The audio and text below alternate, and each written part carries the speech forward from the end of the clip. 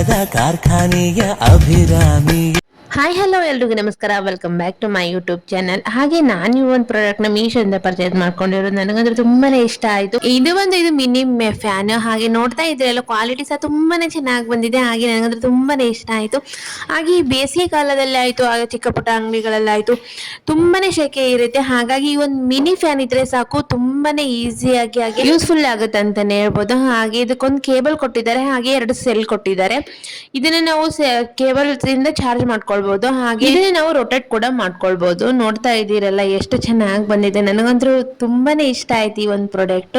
ಇದು ನಾವ್ ಎಲ್ಲಾದ್ರೂ ಯೂಸ್ ಮಾಡ್ಕೊಳ್ಬಹುದು. ಹಾಗೆ ಆಫೀಸ್ ಎಲ್ಲಾದ್ರೂ ಇಟ್ಕೊಳ್ಬಹುದು, ಹಾಗೆ ಟೇಬಲ್ ವರ್ಕ್ ಮಾಡೋರ್ಗು ಸಹ ಇಟ್ಕೊಳ್ಬಹುದು, ಸೆಲೂನ್ ಅಲ್ಲಿ ಸಹ ಇಟ್ಕೊಳ್ಬಹುದು. ತುಂಬಾನೇ ಕಂಫರ್ಟೇಬಲ್ ಆಗಿರುತ್ತೆ. ಹಾಗೆ ಇದರಲ್ಲಿ ಲೈಟಿಂಗ್ ಸಹ ಆನ್ ಆಗುತ್ತೆ.